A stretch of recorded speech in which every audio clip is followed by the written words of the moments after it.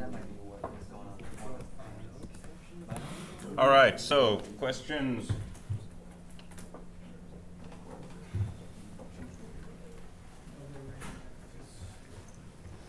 I'm going to have time to ask you some questions. Ask what? I want to ask completely unrelated questions about this stuff. How unrelated? Well, it's like, I want to do a thing with tags at one point for like a sorting system. Was like, show me everything with the tag cold. I don't know. I can't think of a good, I figure this is a computer science thing. I just don't know how to go about it. So you want to tag data with certain tags and be able to pull it out based on tags? Yeah, like in a search engine, sort of? Yeah. Or like, yeah. Wouldn't you store tags as a string that goes into like an array or some data structure and then search for stuff that includes that inside of that data structure? That's a good one. What I would do is I would match each tag to a prime number, and then each object will have numbers associated. That's the sum or the product of all its tags. That's quite a good. So if you want all I guess you numbers, could probably do that with hints. It's big up to 10,000 or whatever. That's a good one. That's a good idea. I like that. Or you just do a map, you go from a string to a set, and then a set. What's a set? It's a list. But you can only have an item in the list. Oh, okay. And a map is just a hash. Or you can just make a big file and put your tags into a particular format and use regular expressions to search for. A try might be a good way to store them too. Yeah. Try tags. Well, because for the tags you're looking for a specific set of characters in a Oh, specific so set, if it's like a so specific if it's order. a bunch of tags. Yeah. I mean, I guess you could have. No, I don't think that would work because they're not necessarily ordered. If you don't want them to be ordered, then a try wouldn't be Yeah. the optimal solution. But it wouldn't be a try of tags, it'd be a try of characters. And then Oh, if for you sure. got to the And then end, if you got to the end, you'd find then you, the oh tag. yes, this thing does have that tag Okay. because it has the set of characters. The other option, depending on the complexity of this, and if you wanted to have, say, multiple tags, and be able to pull out based on strength or defense or something like that, Sure.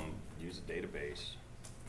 So I don't know if we'll get to it in this course or not, but there's Java packages for interfacing with something like MySQL, right, which is a free database, and it's a sequential database, so you can use something like SQL queries and say select all records from here where strength is equal to this or that, That's what or I was doing power stuff is equal like to that, right?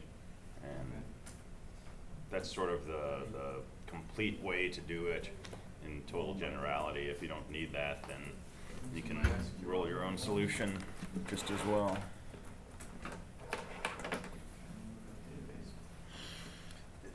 Oh, I didn't bring my phone. I have an Willing to guinea pig it? I don't have my cable either. It's in my Oh, I don't have office. cable. It's in my office. I'll make a sprint to my office in a little bit. Let's talk about Android. I actually have a USB-C and a phone on developer mode if you Yeah? want. Yeah. Okay, well, guinea pig on your phone. Cool. So, so let's play with Android. So I'm doing this under Linux. So I've downloaded and installed Android Studio, and I have a shortcut to it. Under Windows, it's a different experience, and so on. But I'm going to assume that this all works exactly the same everywhere. So let's fire up Android Studio. So Android is an operating system. It's fundamentally different from most other operating systems that we've probably worked with. Most operating systems that I've worked with are ways to run programs, right? It's a way to have a file system, and there's usually some way to say, hey, I want to take the code in this file, lob it into memory, start executing those instructions, right? So on Linux, you type a command name, hit enter, it finds the file, It creates a process, it loads the code in, and it runs. And when the program exits, it exits. If you hit Control-C to terminate, the program exits, and so on. Android is a very different kind of creature. And in particular, the life cycle of applications is very different. So this is my understanding of it. Okay, it's a working understanding. When you boot up an Android system, in some sense, all of your applications are started, but not in a way that necessarily gobbles up your resources. But there's no, it's a different concept from saying I'm going to click on this icon and this program is going to start, right? Your application is kind of already there, but it's got different stages of its life cycle that it can go through. And when you click on an icon and it comes up to the front of your screen, it's in a particular stage of its life cycle. And when you bring up another application, or you hit the back button, or you hit the home button, it goes into another stage of its life cycle. And sometimes it will be terminated if the system needs more resources, or if you go down and you swipe away the application, and so on. But Android is generally managing all of these applications. And so if you make an application that is designed to listen to incoming text messages and do something when that happens, right? When your system boots, that application is already doing its thing. And it can do something like register itself as saying, I want to listen to this type of event. And when your GPS changes by more than 6 feet, that event gets sent to your application and it can do whatever it's supposed to do. So it's kind of a different mindset from kind of a classic OS. And that's useful to keep in mind. So we're going to start a new Android Studio project. And we're going to call it CSE 223A.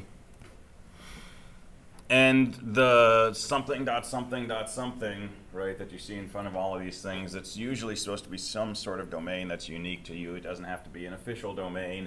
And if you're not pushing this out to the Play Store, if you're just doing this on your own device, it really doesn't matter much what you put in here.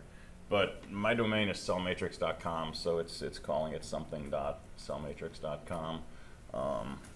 And as usual with all these things, Eclipse, MATLAB, etc., right, it's going to create 1 billion files in whatever directory you tell it to put the project in. So don't put it on your desktop. Put it somewhere meaningful. And we're going to use this for phone and tablet. I think I need a network connection. Android Auto? Yeah. That's the name. I can make a blog for my car. Mm-hmm.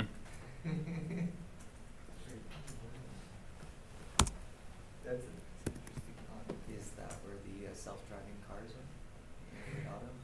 Well, I'm thinking, I know some cars have a little display in the front that has like radio. And Yeah. I don't know what Android Auto includes, but I there's know Android that's things. supported by Android anyway. Yeah. For launch of cars. So I'm going to do version 21 just because that's what my little old Samsung is. And if for some reason we don't get yours working, I'll sprint to my office and get the Samsung. This is really hard to change once you start a project, at least for me.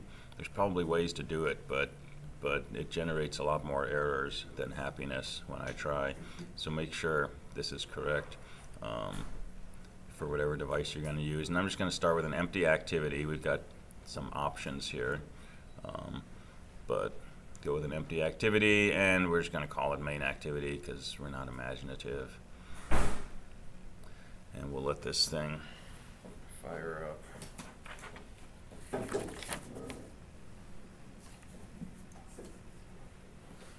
So this is fairly slow. I have a slow laptop in comparison to some, but a lot of the things you do, especially the first time, seems to take a long time. The first time we try to run this, it's going to take a fairly long time to get all the pieces together. When we make changes and we try to run it again, it'll be pretty quick. So it takes some patience, and there's usually something like this to tell you that it's not just hung. So it's still doing things. so don't start clicking like crazy. All right, so we got some text, right? Kind of like Eclipse when you start a project, it does some stuff for you.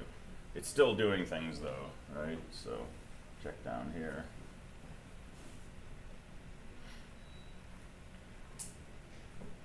I should make a touch screen for projectors. Use a camera. Say what? It's just like one. Okay. Even with a touch screen for projectors, you can do literally anything. Yeah. Well, you just put a camera there and see where you're pointing and feed in. Well, then you're always going to be clicking anywhere where you're. Yeah. Would be, you have to. You have to tap your toes to make it click. Yeah. Tap your heels. Okay, so so we're not going to interpret a lot of this stuff, but I'm going to try to make my font bigger because that's pretty painful to try to read. Or maybe I won't.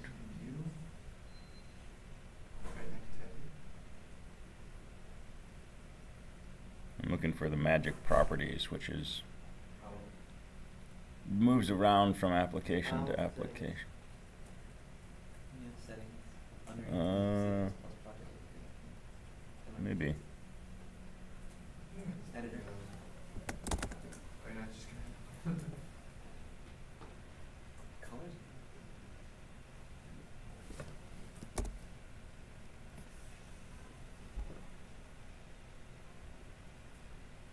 have to supply, I think. Is that better? You did. Yeah, That's already done.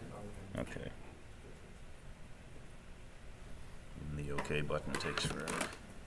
There we go. All right. So so there's a package, right? We haven't really talked about packages. Packages basically bundle all of your stuff into something like a hierarchy, something like a subdirectory, and you can access those with import statements. It's given us a couple of imports already, which we're not going to touch. We're creating a thing called main activity. That was what we set up in that wizard in the beginning. It's an extension of an app compatible activity.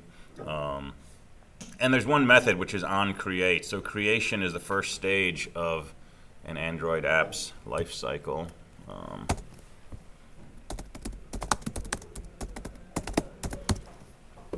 Let's see if I can find a cool little picture.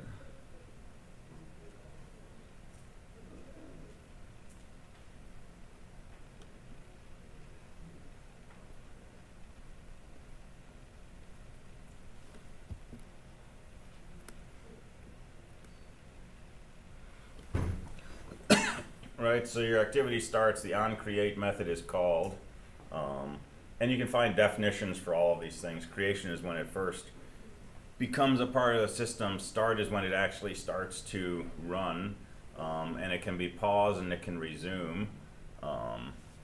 So when it pauses, it goes back to the on resume state. And these are all methods that are called when different changes occur in the state of the application.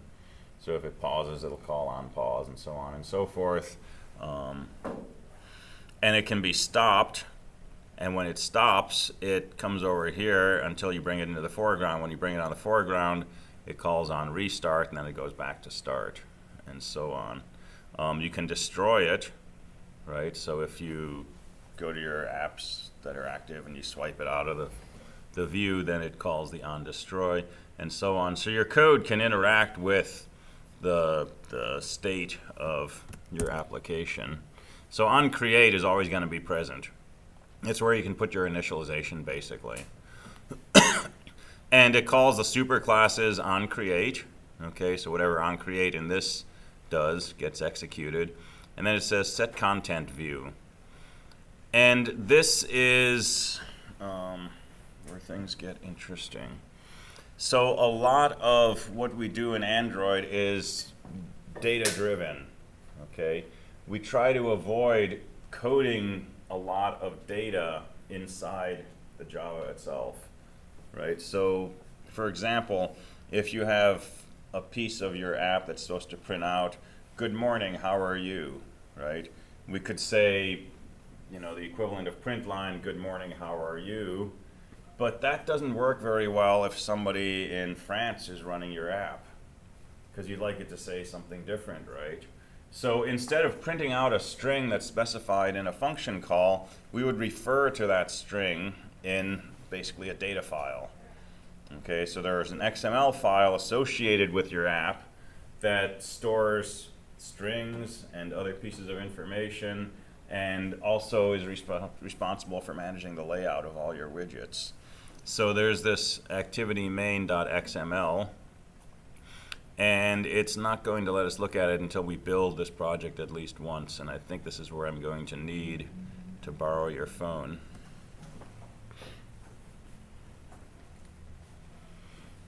And I have no luck with the virtual device. That may just be me. No, the virtual device sucks. Okay. Security and stuff. Okay, cool, thank you.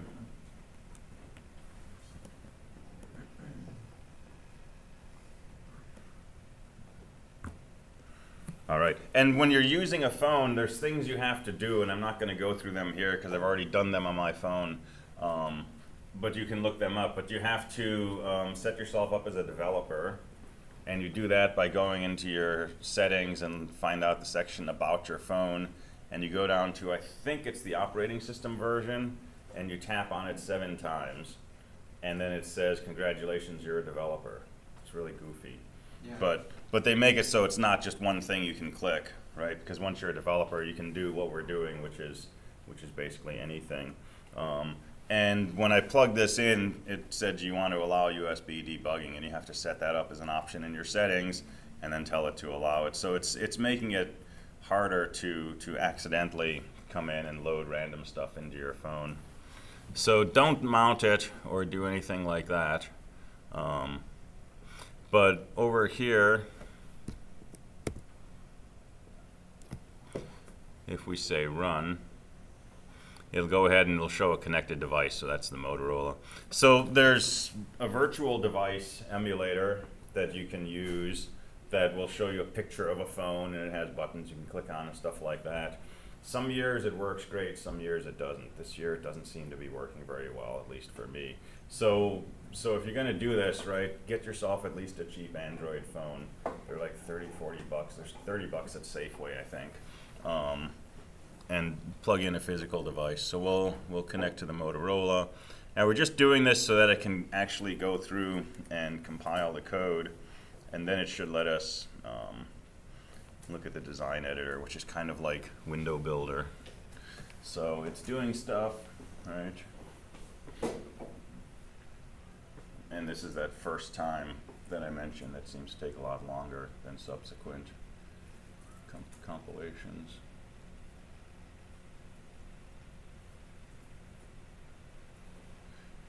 So there's what our phone looks like. And there's 2 windows here, and I don't know all the nuances of them, but I mainly play around with the window on the left. The one on the right is kind of showing us what's going on behind the scenes. But this is a basic app that just shows hello world. Okay, and I'm guessing that this already ran. And there's what it did. So it said hello world. Okay, not terribly exciting, but promising. So let's change this. So if we click on this box in the middle here, we can see that this is a text view. Okay, it's a way to display some text. And over here, we have various information about that text view. For example, we have the text that's being displayed in there, which is hello world. So we can change that to, this is a test.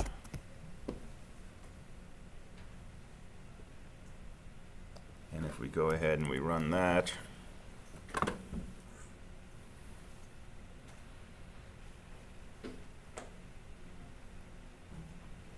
just assuming it'll work. There we go. So that's your basic, right? Can I get something into my device and get that app running? So we're going to delete this.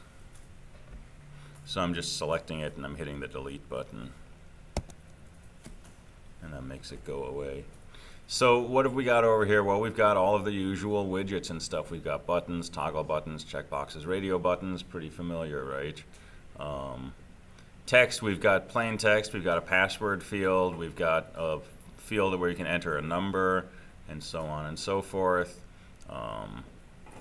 There's layout managers, so grid layout, frame layout, and so on. There's containers that will go around other things. So put a scrolling view around something so that when it fills up the text view, you get scroll bars. There's ways to view images or videos and so on and so forth. And these, right, you say, okay, I want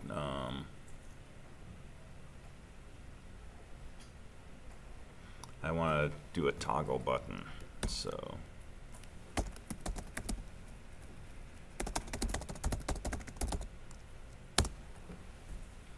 you Google toggle button under Android developers.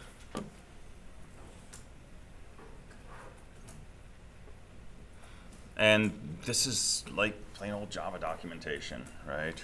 There's the list of what extends what. So this is an object which is extended to a view and so on and so forth.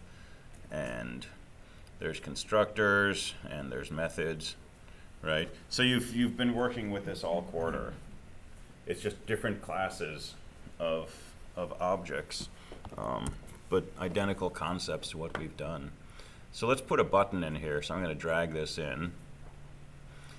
And my button is sitting here, and if I try to run this, we'll see how it looks. I think it will look awful.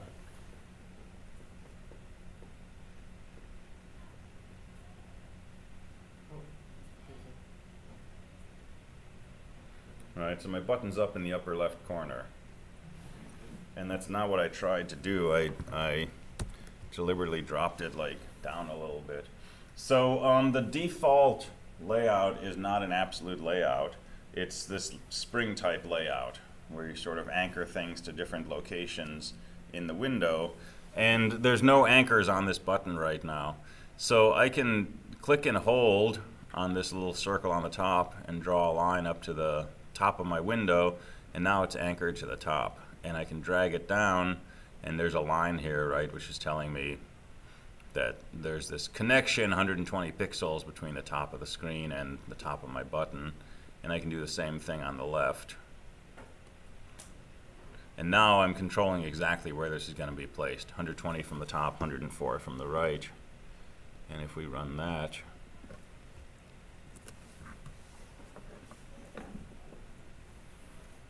I should place it right where we said.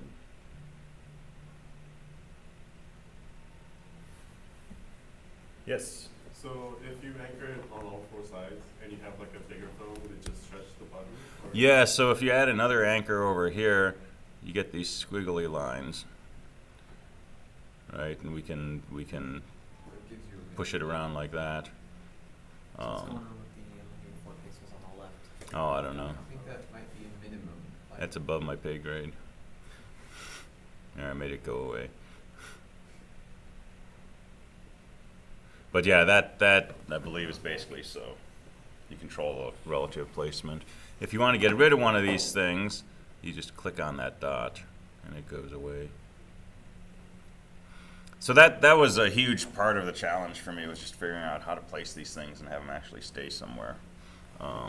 So let's change this button. Let's call it Click Me. And let's put down a text view. So we'll drop some plain text here. And we're going to anchor that to the top and the right. And we'll put that down here. And we'll just change the text to ...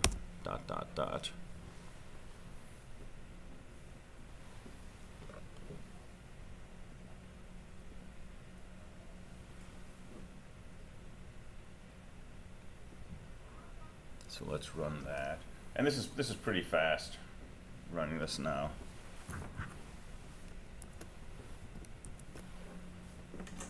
Right, so there's what our app looks like, and we can click in this window and we can type. Right, it's just an editing window, and we can click the button and it clicks. You can tell it's changing tone, but it doesn't do anything, right? Because we haven't told it what to do. But we're getting something that looks like we might be able to sell it soon. So the name of this, this is an edit text window, and its ID is edit text. That's its name. We can change that to something more interesting. So let's just call this message. And the click me button is called button right now. Let's call that go. So we've got go and we've got message.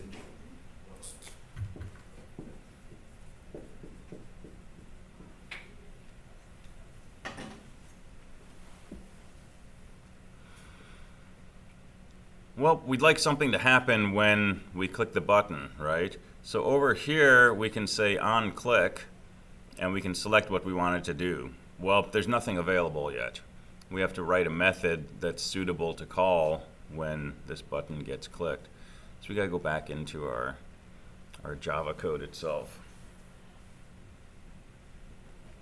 Okay. So this is going to look like what we've been doing with Swing. We're going to write something that will say, you know, set the text in this object, or get the text from this and make some change and set the text again, and so on and so forth. But there's this whole data-driven approach where we've generated a bunch of XML by dropping these components down.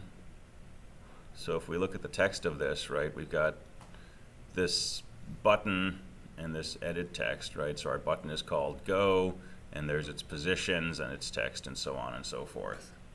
And when we tell the code what the button should do when we click, it will add another line for on click, and it'll have the name of a method to call. So how do we get to this thing? Well, we get to it through its ID. So the button's ID is go, the message window's ID is message. And we need to grab a hold of those somehow. So here's what we're gonna do. And I don't have VI here. So I'm going to say Textview message, and I'm going to say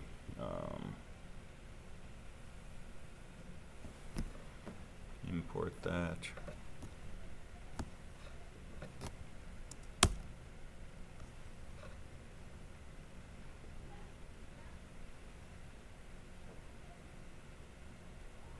Oh, it's an edit text. Sorry.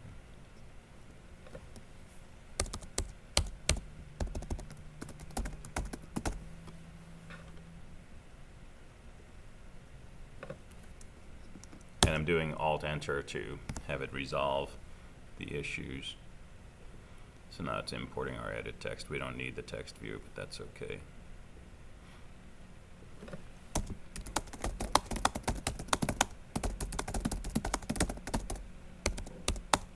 So that's where we're going to display some text. And I want to, right, this has nothing to do with the message that we're actually seeing in that window, right? This is just an object I'm declaring of type edit text. What I want to do is somehow make this thing refer to that actual edit text object that we're going to see on the display. So I have to give it a value.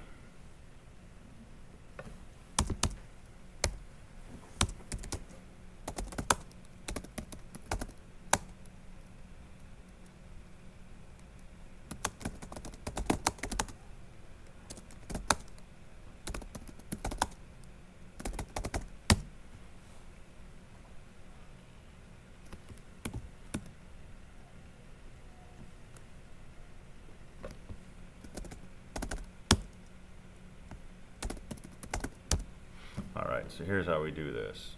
So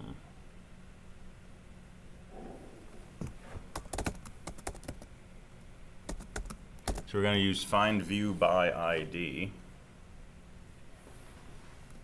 and we're going to reference r dot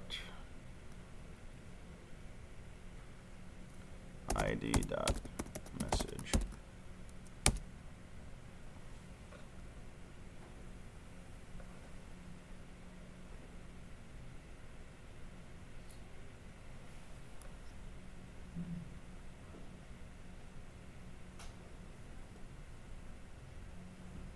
Oh, that's annoying.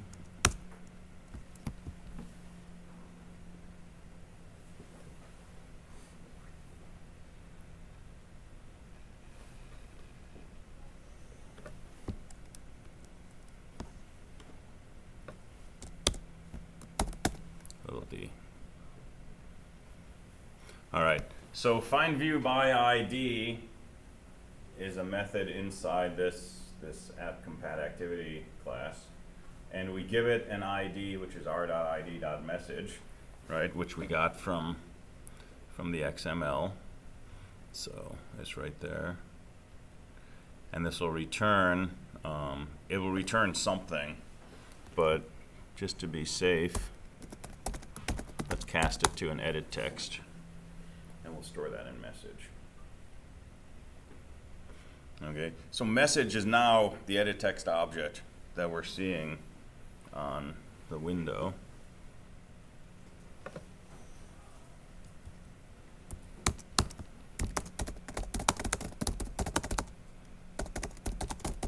So let's make a method to respond to when we click that button. And this has got to be declared in a particular way.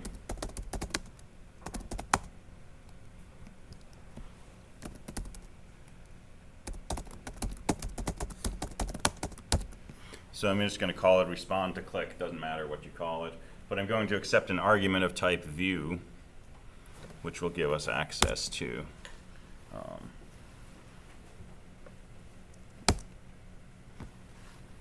information about the window.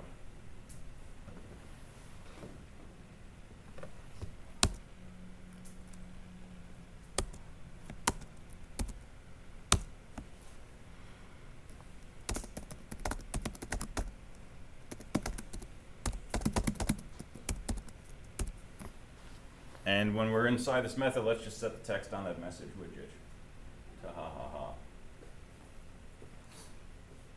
So all we've done is in our initialization code, when we create the application, we initialize the value of message to be a reference to that actual edit text, okay, that actual window that we're going to do some writing in. And then we have this method called respond to click, and when that gets executed, it'll set the text to ha-ha-ha. And we have to connect that to the button. So we're going to go on this button, and we're going to say on click, and we'll say on click call respond to click. And so let's go ahead and load that in.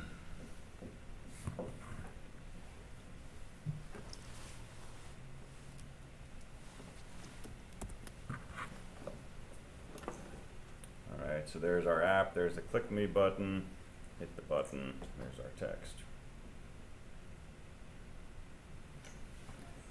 So that's basically a hello world. And if I close this, what did we call this thing? CSE 223? Maybe like a million of those. Yeah, I got it in the beginning. So if I run that again, it's still showing ha ha ha, right? Because when I go home, this does not exit, right? It goes into this paused state. But the code is still there, the context of the code is still there, and so if I come back and I bring it to the forefront by displaying it on the screen, right, nothing has changed. Now it may be that if I do that, and then I go ahead and I run CSE 223, now we're back to our original, right? The thing just started, so it ran the initialization code, which included setting this into the text of the edit text. And then when we click it, it shows our message.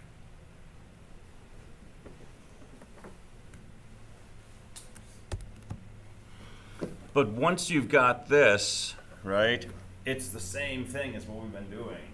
It's the same deal that we've been doing with Swing and Window Builder and so on.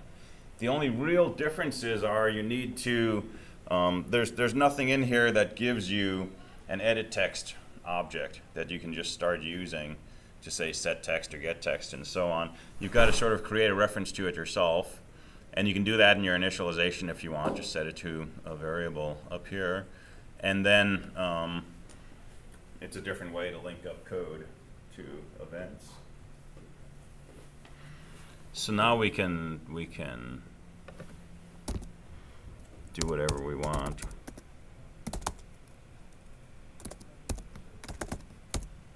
So I'll make a Boolean flag that says up, and when we click,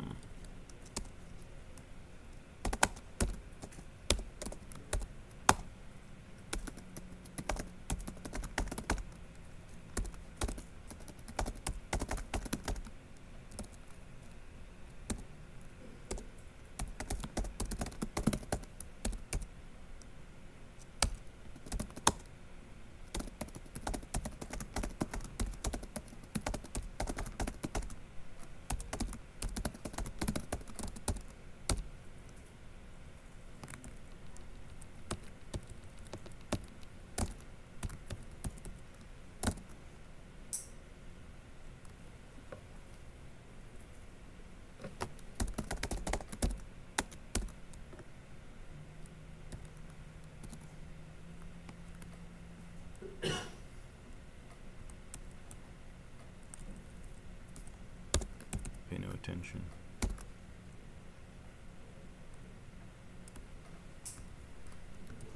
Let's do this.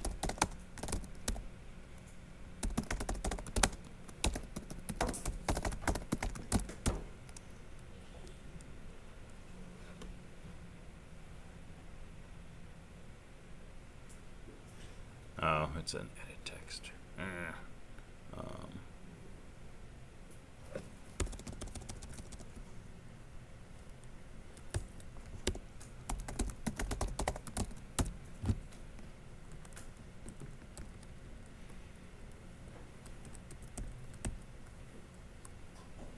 Yeah, I'm kind of lost without VI.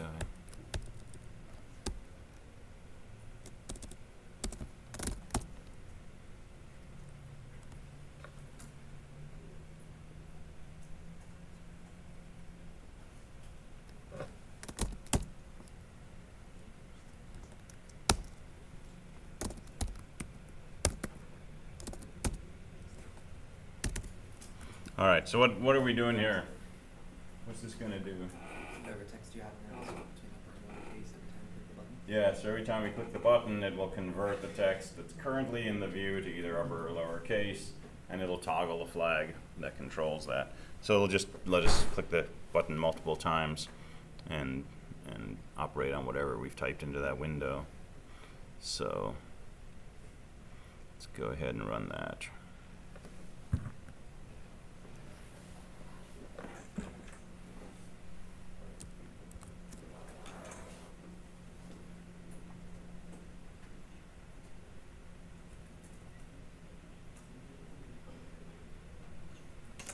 So click it, it's uppercase, click it, it's lowercase.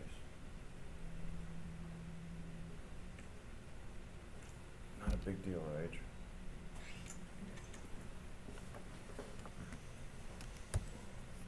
So it's a tiny little bit of code, right? It's a lot of figuring out exactly what that little bit of code needs to be just to get things basically running. But the main keys are this find view by ID, right? And then in your XML, go to the design tab, and when you have a window, you can say something like onClick, right? And you don't necessarily get there by right-clicking on these objects. So there's this whole thing over here for refactoring and linking to code and so on. Did you get the ID for the menu? So if you look at this item here, you can see the name of it. It's called message. It's also described up here under ID message, right? So r.id. yeah. So if I call this if I call this box instead, and then I try to run this, right? Compiler has no idea that there's anything going wrong here. So when it starts loading, it closes your application. But then you click it and you get a crash error. All right, and it crashed because when I got the ID, it was probably a 0 or something, and didn't know how to deal with that. So if I change this to box, that should work fine.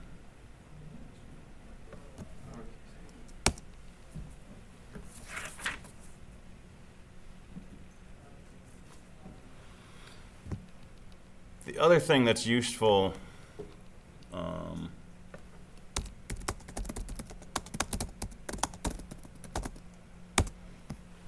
because we can't do system out print line, right? Because there's no standard out on Android. But you can make pop-up messages. And so I'm not making this up. These are called toast. So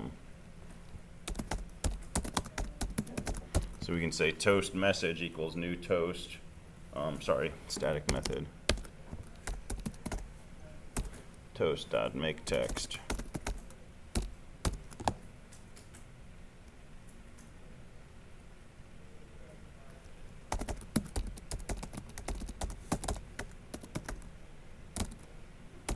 So get your application context as the first argument.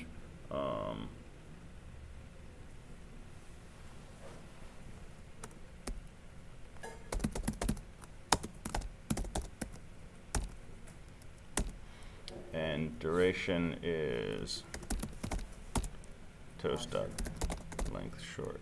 Oh. Ooh. You just forgot to put a set of quotation marks after the first application context. Yeah, it's probably going to be worse than that.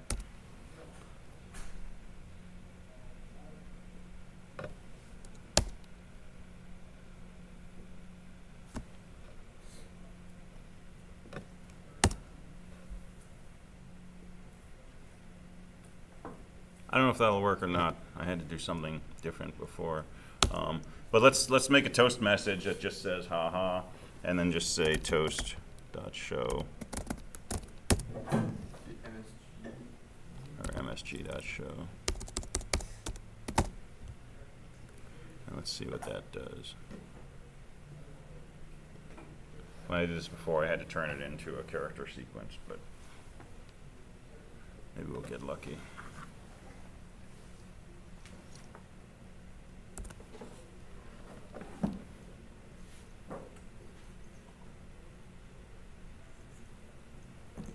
So there's our little pop-up on the bottom, and it comes up for a short duration. So you can display messages or debug statements or things like that, where you would normally do a SYSO. That's the other thing that's potentially really useful. All right, so that's my 40-minute introduction to Android Studio and Android development. That scratches the surface, but like I say, it gets you enough to be able to start dropping widgets, linking them to code, and then writing all your Java code on top of it. If you want to tap into other things in the hardware, there's usually GPS, there's an SMS system, there's a telephone system, there's sensors for, you know, accelerometers, what position I'm in, and so on, right? And Android Developer has tons of documentation on it, and usually pretty good examples you can work through. You need to get into the idea of registering intents, so saying I want to be notified when certain things happen, and you can set up your code. For example, when a text message comes in, it'll call a piece of your code, and you can check the phone number and respond to that accordingly and go from there. So, all right, that's all I got for today. Thank you for the use of the phone. Yes? Is this where you would go if you wanted to make like an Android version of a website, like a mobile version of a website? Or would that be it? No, so that's something different. And depending on what you're doing, you can use something like Bootstrap or some other collection of CSS to implement things that are aware of your screen proportions and do different kinds of menus and stuff.